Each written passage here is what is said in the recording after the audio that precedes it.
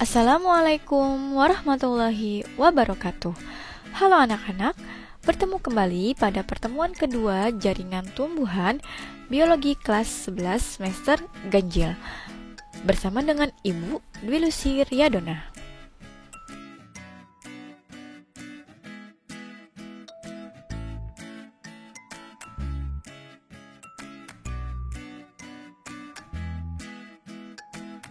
Kompetensi dasar pada pertemuan kali ini yaitu 3.3 dan 4.3, menganalisis keterkaitan antara struktur sel pada jaringan tumbuhan dengan fungsi organ pada tumbuhan dan menyajikan data hasil pengamatan struktur jaringan dan organ pada tumbuhan.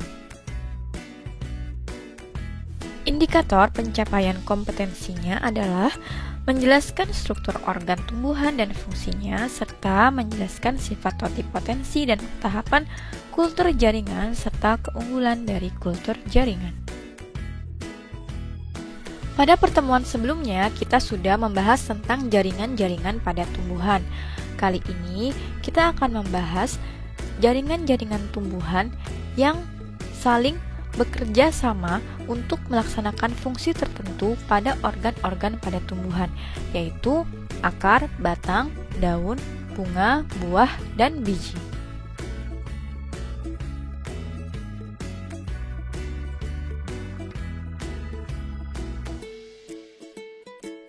Kita akan masuk pada organ tumbuhan yang pertama, yaitu akar.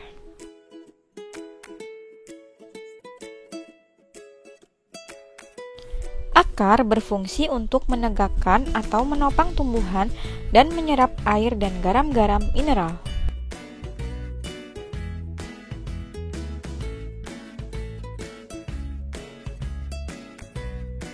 Struktur akar yang pertama adalah tudung akar. Berfungsi untuk melindungi promeristem dan membantu penetrasi akar yang tumbuh ke dalam tanah. Yang kedua, epidermis. Berkembang menjadi rambut akar. Rambut akar berfungsi untuk absorpsi air dan garam mineral.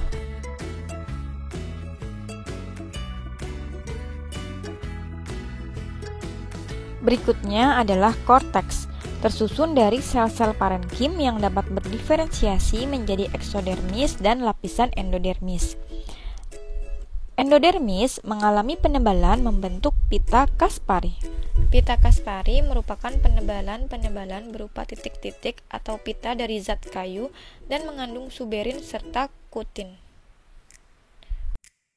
Selanjutnya ada stele, terletak di bagian dalam epidermis, terdiri dari perisikel, berkas pengangkut, dan parenkim. Berikut adalah gambar anatomi dari akar. Pada sebagian besar tumbuhan, penyerapan air dan mineral terutama terjadi di dekat ujung akar, yaitu di rambut akar. Rambut akar berusia pendek dan terus-menerus diganti. Rambut akar merupakan pemanjangan yang tipis dan berbentuk pipa dari sel epidermis akar. Fungsi utama rambut akar atau bulu akar adalah absorpsi, sedikit berkontribusi dalam penambatan tumbuhan. Nah, sekarang coba perhatikan gambar anatomi akar monokotil dan akar dikotil. Sebelum kita membahas tentang anatominya, kita bahas sedikit tentang morfologi dari akar monokotil dan dikotil. Seperti yang kita ketahui, bahwa sebagian besar dikotil dan gimnospermae memiliki sistem akar tunggang, sedangkan akar monokotil memiliki sistem akar serabut. Akar tunggang yang berkembang dari akar embrionik memunculkan akar lateral yang disebut juga akar cabang. Pada kebanyakan angiosperma, akar tunggang menyimpan gula dan pati yang akan dikonsumsi oleh tumbuhan selama perbungaan dan pembentukan buah. Oleh karena itu, akar tanaman pangan seperti wortel, lobak, dan bit dipanen sebelum berbunga, atau kita kenal juga sebagai umbi akar. Pada tanaman monokotil, sistem akarnya adalah serabut, yaitu kumpulan akar yang umumnya tipis yang menyebar di bawah permukaan tanah tanpa akar yang berfungsi sebagai akar utama. Sistem akar serabut biasanya tidak menembus tanah terlalu dalam sehingga teradaptasi dengan baik untuk tanah dangkal atau daerah-daerah yang bercurah hujan rendah, seperti rumput, yang menjadi penutup tanah yang sangat baik untuk mencegah erosi. Sekarang kita akan membahas anatomi dari akar monokotil dan akar dikotil. Pada kebanyakan akar, stele adalah silinder vaskuler, inti padat dari xilem dan floem. Pada sebagian besar akar dikotil, xilem memiliki penampilan mirip bintang dan floemnya menempati bagian di antara lengan-lengan bintang dari xilem. Pada kebanyakan akar monokotil, jaringan vaskular terdiri dari sebuah inti pusat dari sel-sel parenkim yang dikelilingi oleh sebuah cincin xilem dan sebuah cincin floem. Daerah tengah seringkali disebut empulur, yang merupakan jaringan dasar. Jaringan dasar akar terutama tersusun atas sel-sel parenkim mengisi korteks, yaitu wilayah di antara silinder vaskuler dan epidermis. Sel-sel di dalam jaringan dasar menyimpan karbohidrat dan plasma membrannya menyerap air dan mineral dari tanah. Lapisan korteks yang paling dalam disebut endodermis, yaitu silinder setebal satu sel yang membentuk perbatasan dengan silinder vaskuler. Endodermis merupakan rintangan selektif yang meregulasi perlintasan zat-zat dari tanah ke dalam silinder vaskuler. Akar lateral muncul dari perisikel, yaitu lapisan sel terluar pada silinder vaskuler yang berada di sebelah dan tepat di dalam endodermis. Akar samping menembus korteks dan epidermis hingga ia muncul dari akar yang sudah ada. Berdasarkan gambar dan penjelasan tersebut, maka kita akan simpulkan beberapa perbedaan anatomi akar monokotil dan akar dikotil. Pada akar monokotil memiliki parenkim sentral, sementara akar dikotil tidak memiliki parenkim sentral. Selanjutnya, pada akar monokotil tidak memiliki kambium, sedangkan pada akar dikotil ia memiliki kambium di antara xilem dan floem. Pada akar monokotil, xilem primer dan floem primer terletak berselang-seling atau tipenya adalah radial. Sementara pada akar dikotil, xilem primer terletak di pusat akar dan floem primer terletak di luar xilem primer. Sekarang kita akan melanjutkan pembahasan ke organ tumbuhan yang kedua, yaitu batang. Fungsi batang antara lain menyokong tumbuhan, tempat menempelnya daun, tempat menyimpan makanan, alat transportasi, serta alat perkembangbiakan secara vegetatif.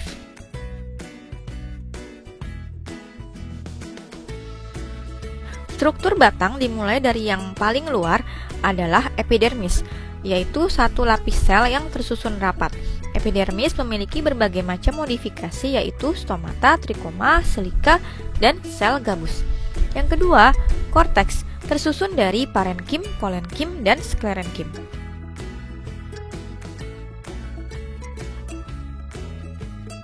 Yang ketiga adalah stele atau silinder pusat, tersusun atas perikambium atau perisikel, parenkim, berkas pengangkut, dan empulur. Baiklah, mari perhatikan gambar anatomi batang dikotil dan monokotil. Pada sebagian besar spesies dikotil, jaringan vaskular terdiri dari berkas vaskular yang tersusun dalam suatu cincin.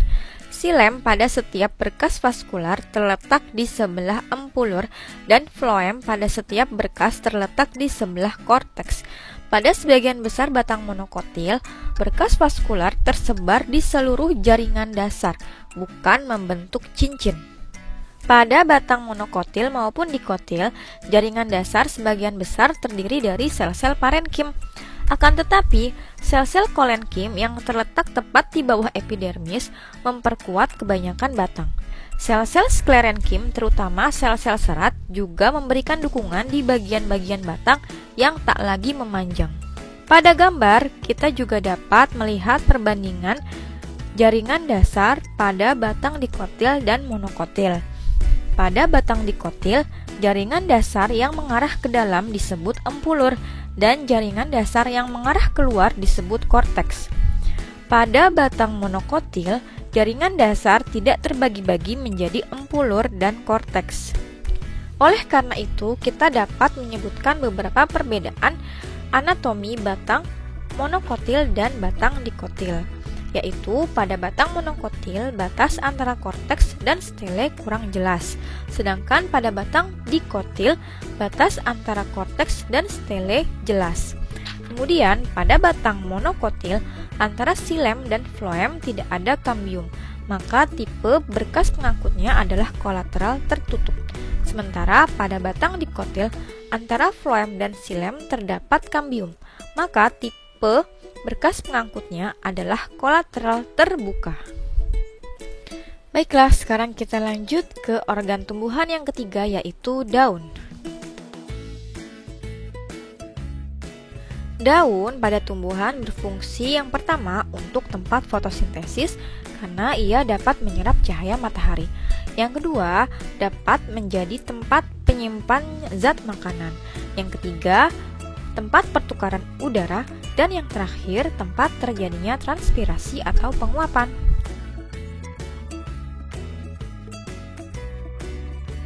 Struktur daun yang pertama adalah epidermis, terdapat pada permukaan atas dan bawah daun.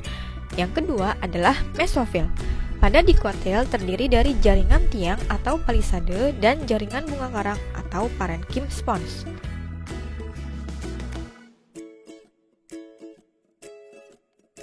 Yang ketiga adalah jaringan pengangkut, yaitu xilem dan floem. Yang keempat, jaringan penguat berupa kolenkim dan sklerenkim.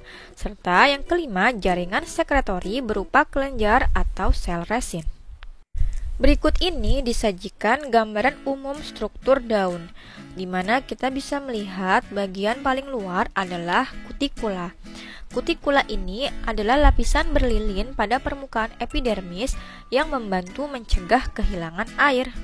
Epidermis diselingi oleh stomata yang memungkinkan pertukaran gas antara udara sekitar dan sel-sel fotosintetik di dalam daun. Selain meregulasi pengambilan CO2 untuk fotosintesis, stomata merupakan jalur-jalur utama penguapan air. Keseluruhan kompleks stomata yang terdiri dari sebuah pori yang diapit oleh dua sel penjaga meregulasi pembukaan dan penutupan pori. Sel penjaga atau guard cell ini adalah sel fotosintetik atau memiliki kloroplas. Jaringan dasar daun, yaitu wilayah yang disebut mesofil, terjepit di antara lapisan epidermis atas dan bawah. Mesofil terutama terdiri dari sel-sel parenkim yang terspesialisasi untuk fotosintesis. Daun-daun dari kebanyakan dikotil memiliki dua daerah yang berbeda, mesofil palisade dan mesofil spons. Mesofil palisade terdiri dari satu atau beberapa lapisan sel-sel parenkim memanjang di bagian paling atas daun. Mesofil spons atau bunga karang terletak di bawah mesofil palisade. Sel-sel parenkim ini tersusun lebih longgar dengan labirin rongga udara tempat CO2 dan oksigen bersirkulasi di sekitar sel-sel dan naik ke wilayah palisade. Rongga udara biasanya berukuran besar di dekat stomata, tempat pertukaran gas dengan udara luar terjadi.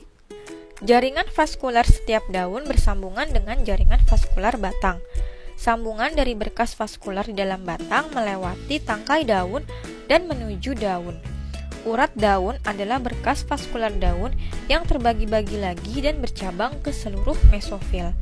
Jejaring ini mendekatkan xilem dan floem dengan jaringan fotosintetik yang memperoleh air dan mineral dari xilem dan memuat gula serta produk-produk organik lain ke dalam floem untuk ditransfer ke bagian-bagian tumbuhan yang lain.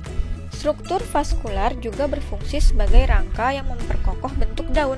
Setiap urat daun dilindungi oleh seludang berkas yang terdiri dari satu atau beberapa lapis sel, biasanya sel-sel parenkim.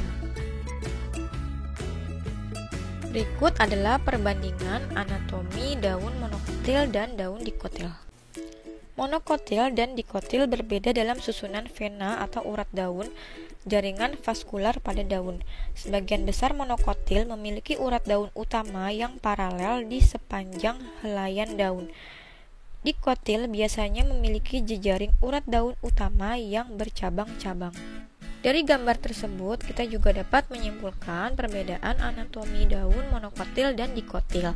Pada daun monokotil tidak memiliki jaringan parenkim palisade, tetapi tersusun dari sel-sel parenkim yang struktur dan ukurannya seragam.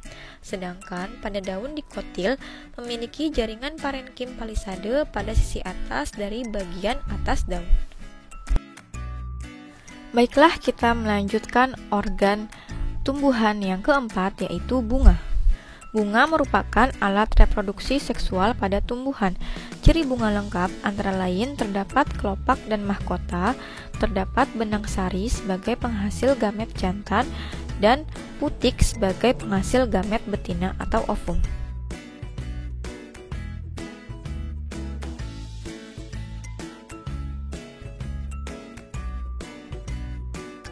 Selanjutnya, organ tumbuhan yang kelima adalah buah. Buah berfungsi sebagai tempat menyimpan cadangan makanan, membungkus, dan melindungi biji.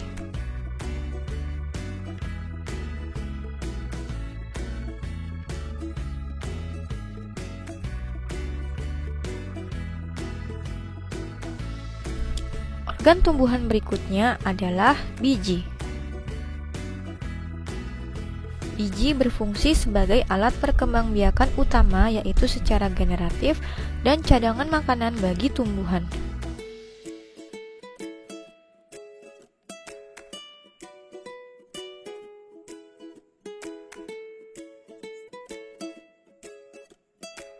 Baiklah, sekarang kita melanjutkan submateri berikutnya, yaitu kultur jaringan. Kultur jaringan merupakan teknik perbanyakan tanaman dengan mengisolasi bagian tanaman dan ditumbuhkan dalam media buatan. Kultur jaringan memanfaatkan sifat totipotensi tumbuhan, yaitu kemampuan setiap sel tumbuhan untuk tumbuh menjadi individu baru yang sempurna. Pada tahun 1969, F.C. Stewart melakukan eksperimen dengan menggunakan ampulur wortel.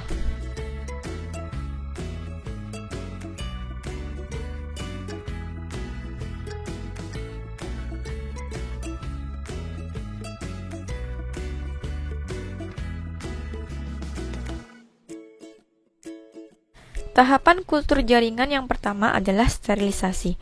Segala kegiatan dalam kultur jaringan harus dilakukan dalam keadaan steril, baik dari tempatnya maupun dari alat-alatnya, yaitu dengan menggunakan etanol yang disemprotkan secara merata pada peralatan yang digunakan.